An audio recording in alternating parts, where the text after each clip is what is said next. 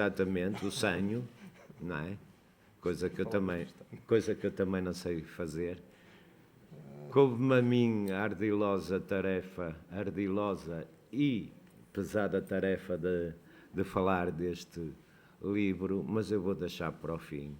Deixo primeiro o autor se expressar, dizer então o que lhe aprover, para depois eu fazer assim um swing Cássius, como é Mohamed Ali. Vem justificar o cachê.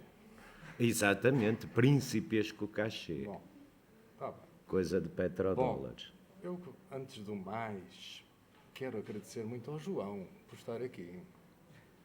É que para mim vale muito estares aqui. Vale mesmo muito tu estares aqui. Tu e tu.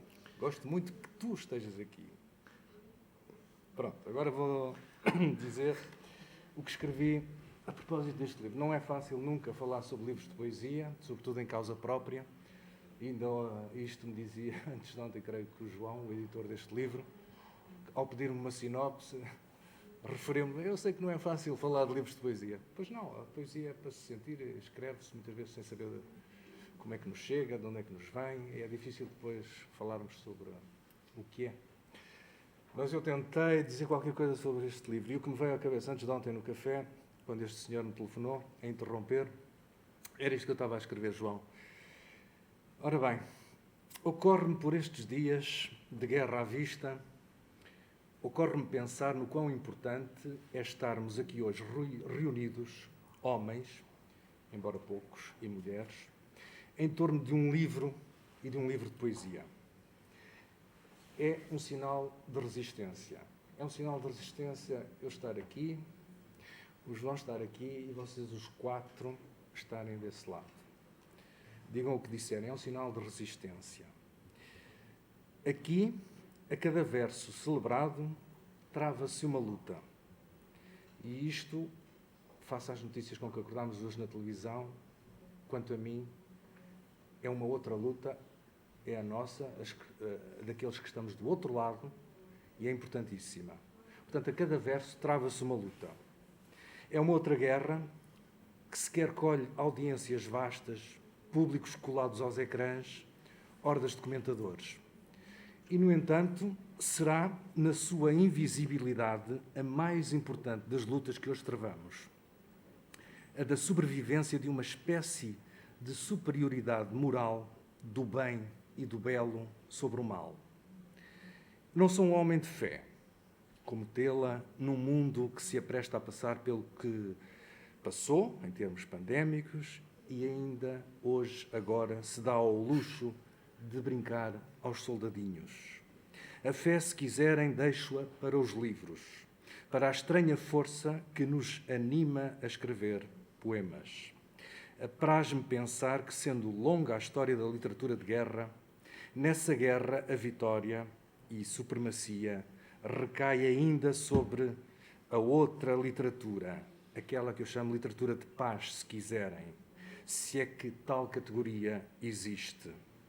Curiosamente, e mantendo esta aproximação de índole belicista no lançamento deste livro, diria que escrever é também uma guerra solitária. E aqui chego a este meu novo livro, A Night at the Opera. E sobre isso, a capa, esta imagem de capa, com uma pintura do famoso pintor, diz tudo. Aqui ele aparece isolado, há mais 3 figuras no quadro original, mas aqui ele aparece isolado. E isto não acontece por acaso.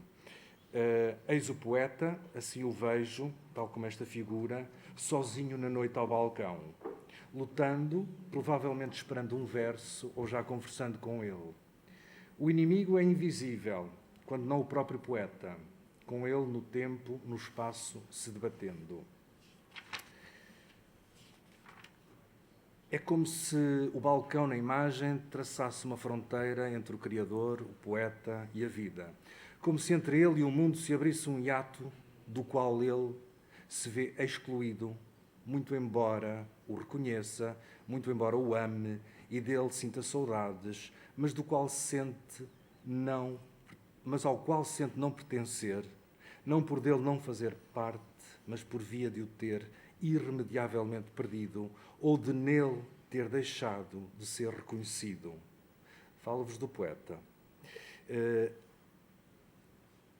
Alguém em que do nada, sozinho, face ao mundo, trava um conflito consigo mesmo e com o seu desajuste face ao em volta. Dentro dele, poeta, campo então de batalha também, o cenário não é novo. Não é novo, não. Não é menos pandémico, indecifrável e indistinto. Há emoções em conflito aberto, a lógica parece escapar à racionalidade da linguagem, o poeta chega a desconhecer-se, obedece a ordens superiores que desconhece. O poeta é o único soldado no meio deste mapa. À sua volta, há como que um filtro que o isola, malgrado o mundo à sua volta evoluir.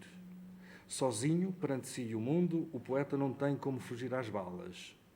As palavras atravessam-no a silêncio. E entrega-se, rende-se, lutando, escreve. E é escravo de si mesmo, da sua circunstância, a tecer e estar no mundo para o perguntar. Um perguntar que, por vezes, na aparência descrente, quase de pendor nihilista, no fundo, mesmo que o desconheça, é a tradução de uma crença no progresso, na razão, na justiça, na força maior do bem sobre o mal. Por isso, em torno do poeta e das palavras, tal como nos quadros de Hopper, apesar da solidão, da ausência quase palpável, há tons vivazes, há cor e luz, que não será senão a luz da razão. Uma luz ingênua, talvez, mas luz. E enquanto luz ilumina o quê? O mundo em volta que os dias respigam. E é o poeta, então, tornado estação meteorológica da vida. E daí que neste conjunto de poemas mais se reconheça um caráter fragmentário e que a uni-lo terá apenas por trás a sensibilidade do poeta numa pura liberdade caótica, livre de formas e temáticas, conduzido apenas pelo impulso vital da escrita que impressa no papel devém arma de esperança massiva. Escrever, pois, enquanto tradução do conflito entre o dever, ser testemunho dos dias e do mundo que vivemos, conflito entre o dever e prazer, o de criando, nos aproximarmos de uma ideia de futuro, de permanência, de esperança. Restará saber que eco assumem ainda hoje as palavras escritas. Que eco quando cada vez se lê menos, que eco quando toda a palavra parece neste mundo cumprir apenas uma função utilitária. Que eco quando já quase ninguém se arrepia ao ouvir Bach, Mozart, Beethoven.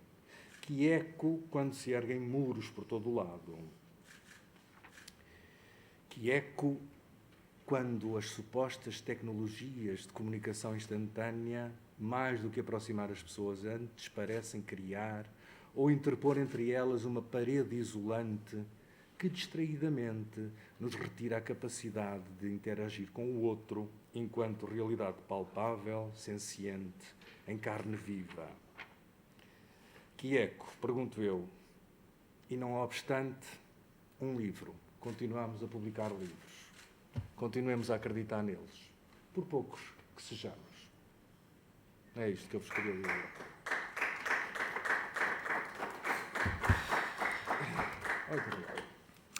E o que eu quero dizer, ou continuar a dizer, também vai um pouco nesta linha. Creio que, mais uma vez, hoje tivemos, ou estamos a ter, a enésima reedição do horror. Parece que, mais uma vez, estamos a ter a reedição do esquecimento. Não me surpreende, amigos e amigas. Realmente os índios têm razão quando dizem que os brancos são gente de esquecimento e por isso precisam de peles de árvores para registar aquilo que esquecem. Talvez fosse bom que caminhássemos mais no sentido da nossa pele, Talvez fosse bom que percebêssemos que o outro não é o inimigo, tampouco é a fronteira a agredir ou a submeter. Somos seres topeiras.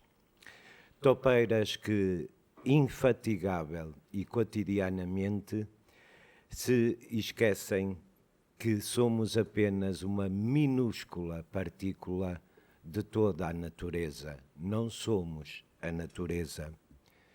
Para um poeta como eu, que aprendeu a falar com as pedras, ouvir a música das ervas que ondulam ao sabor do vento, seja ele sílaba absurda de Deus ou frescor de uma outra coisa, realmente é muito bom, é muito grato ser bafejado com amigos que escrevem livros como estes. Disse-o há muitos anos e continuo a dizê-lo. Talvez a poesia seja o último reduto do humano. Talvez fosse necessário e seja urgente estabelecermos e afirmarmos uma república poética que seja exercício de vontades e não gula de poder. Este livro não veste peles narcísicas. Este livro, felizmente, é livre de complexos edipianos e este livro também não se sente cativo da mitologia da maçã, o que é uma felicidade imensa para quem o lê. Acho que é cada vez mais necessário libertar-nos de Édipo. Digo mais, e perdoem-me se isto vos soar a arrogância da minha parte, não é esse o propósito. Assim como Nietzsche matou Deus, eu digo hoje, matem o Édipo e a história da maçã de uma vez, para tentarmos descobrir, se calhar, em nós, alguma coisa de mais palpável nos limites que nos assistem. Este livro não é desfile de plumas, este livro não é pavão, como toda a poesia deve ser.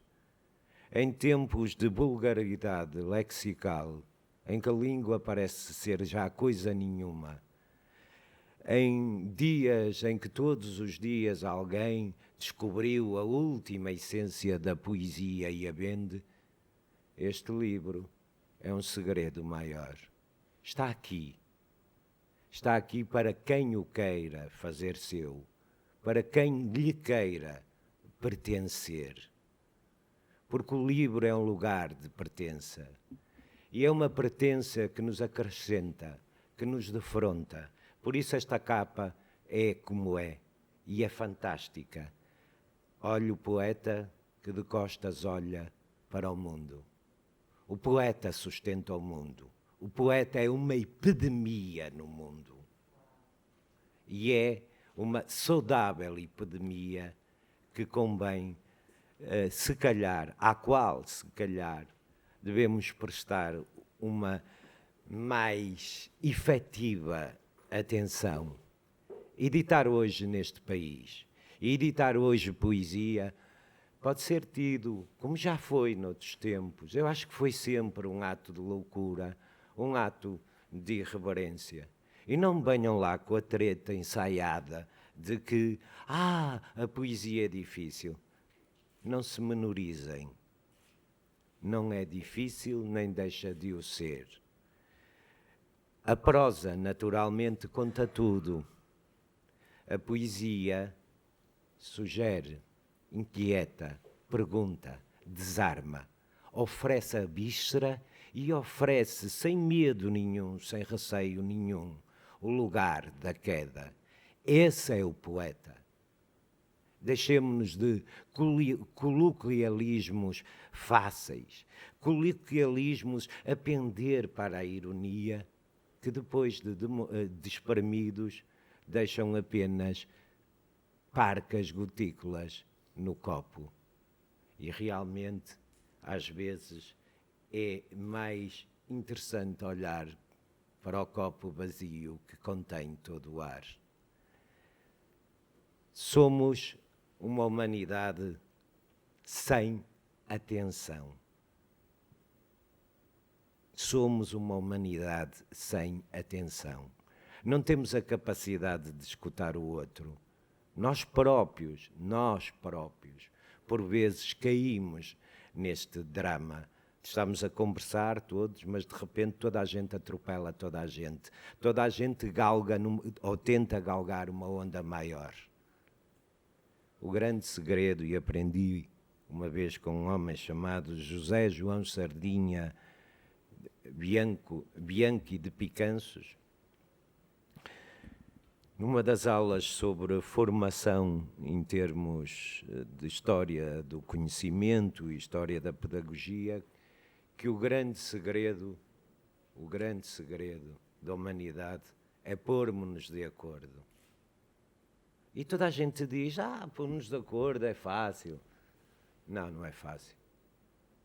Pôr-nos de acordo significa que partilhamos do mesmo amor pela mesma coisa, mesmo que tenhamos partido de margens opostas.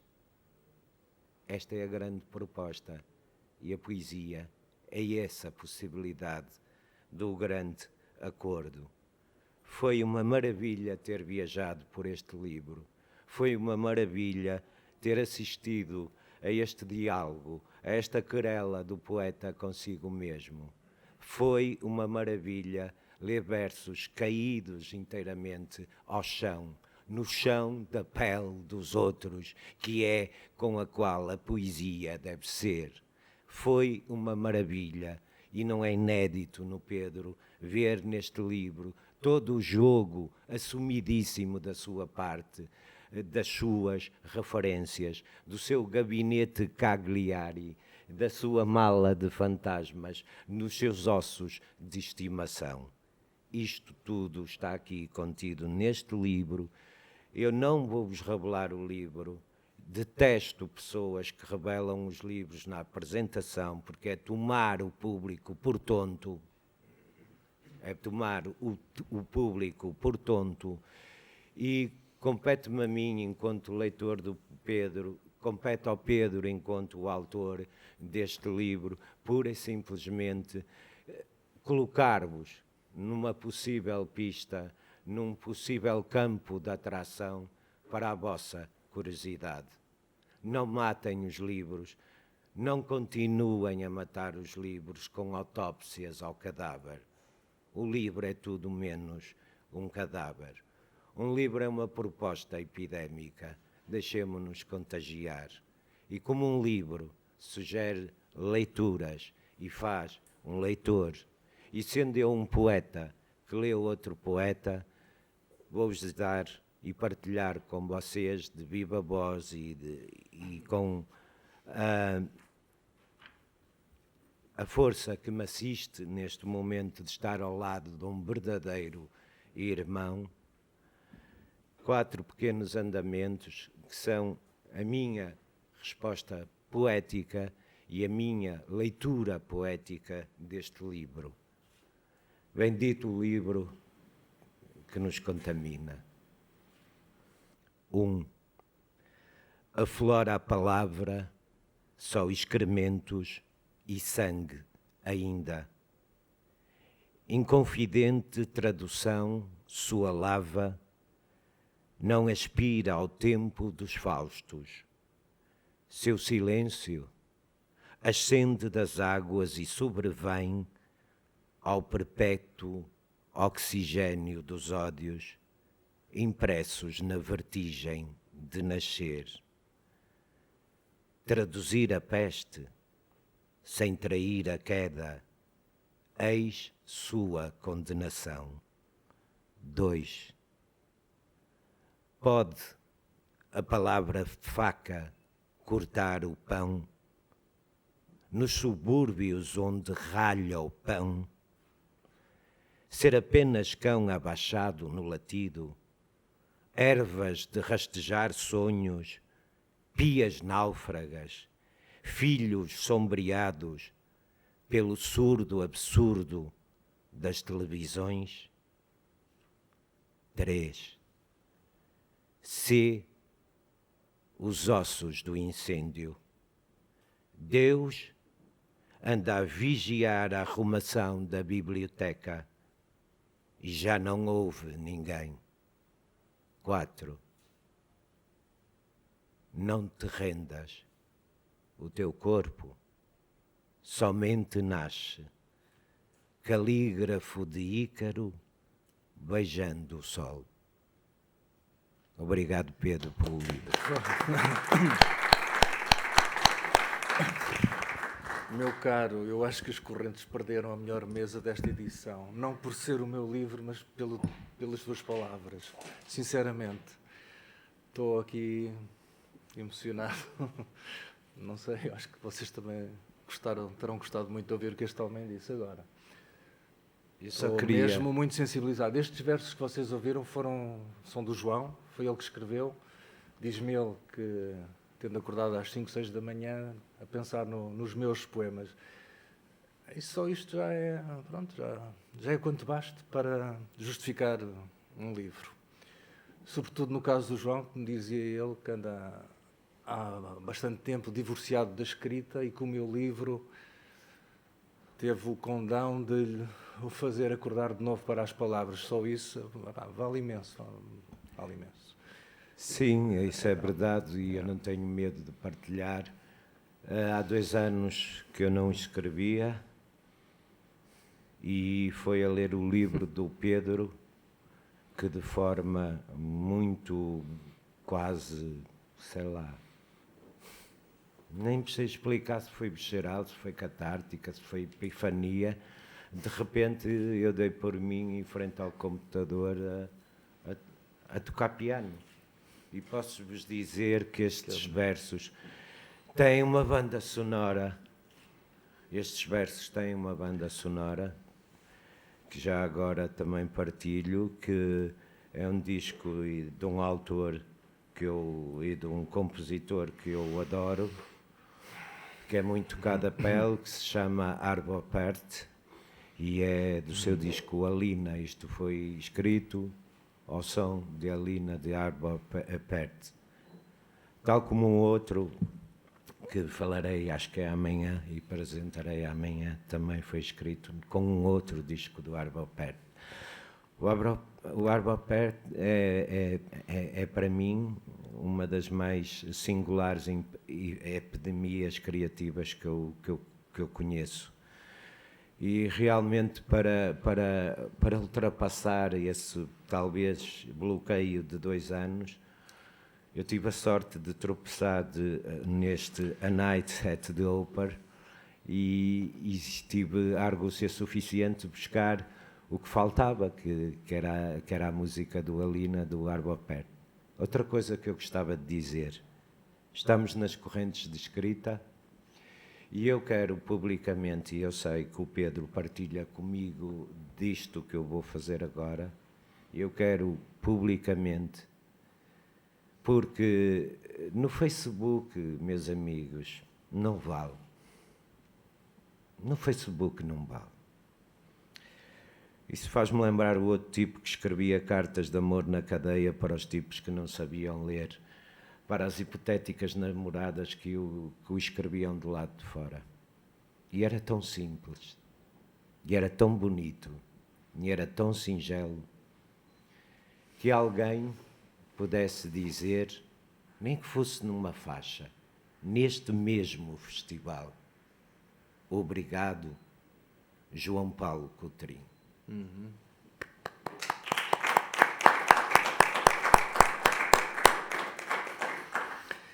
Andamos todos um pouco de costas voltadas para o mundo, como as figuras nos quadros do Hopper, apesar de parecermos próximos. Se virem bem, muitas vezes nos quadros do Hopper, as pessoas estão próximas, mas não se olham olhos nos olhos, às vezes estão de costas voltadas, têm as mãos ocupadas. Se repararem nos quadros do Hopper, muitas vezes as personagens tem as mãos ocupadas. Nós andaremos todos também com as mãos ocupadas nos sítios errados. É isso, e volto ao princípio. Eu hoje acordei no hotel a ouvir as notícias da guerra na Ucrânia e pus-me a pensar, vais lançar um livro. Que força é que isto ainda pode ter? Nós temos que acreditar que sim, que tenha alguma força e que faça algum sentido de estarmos aqui. Outra coisa que no Facebook não se vê é o toque, não se aproveita.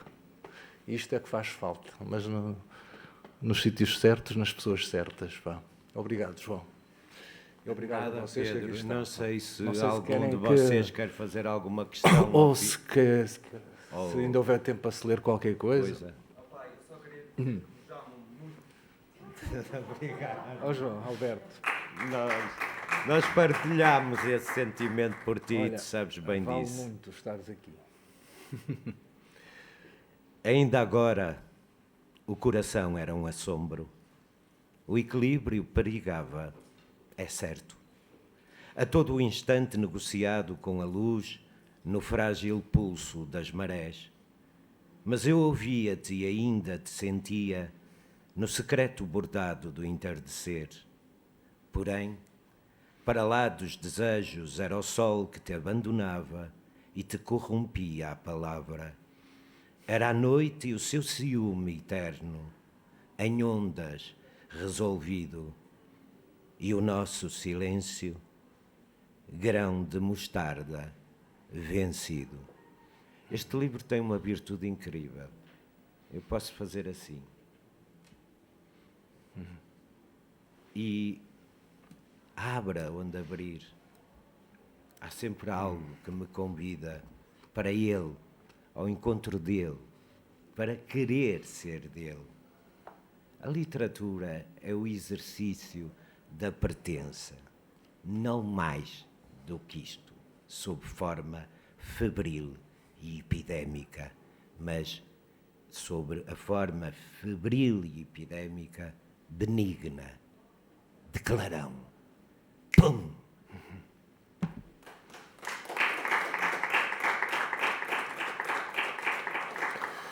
Eu vou-vos ler então 2 poemas também. Eu não consigo fugir a estas imagens do que está a acontecer hoje na Europa, não consigo. E acho que isto faz todo o sentido, uma vez mais, estes versos. Das coisas que mais me custa entender em pessoas crescidas no seu pleno uso da razão é que não entendam como tudo isto é um fósforo. E como é que nos damos, como é que homens se dão ao trabalho de acordar, de pegar numa arma, ir para a guerra e matar outros? Isto é uma coisa que me ultrapassa a razão, não faz sentido. Não há resposta. Bom, a grande árvore. Inevitável é o outono e a grande árvore de silêncio que a todos polinizará. Um dia, o nosso telefone irá tocar e não estaremos para atender a vida. Provavelmente será domingo e só nós saberemos o nosso número. Mas se um dia acordar, tratem-me por palavras. O que serei não sei, mas sei que por aí alguma coisa começará, algum nome de regresso. Os números perseguem-nos como serpentes, as palavras olham-nos como sementes. E é isto que eu insisto em ver naquilo que escrevo e em ver na poesia, é isto em que eu insisto em traduzir nas palavras, esta noção de esperança, em que apesar de tudo, é nas palavras que reside a semente de um amanhã. Isto está sempre nos meus versos, nas perguntas que faço, nas interrogações que deixo. Outro poema, Enigma, entre eu e o mundo, a poesia, e todos os dias o esforço para transpor essa terna vertigem, essa tão densa e difusa distância. Mas como ir do coração até à terra, sem que os dias nos asfixiem, sem que uma palavra nos lembre que habitamos junto ao frio?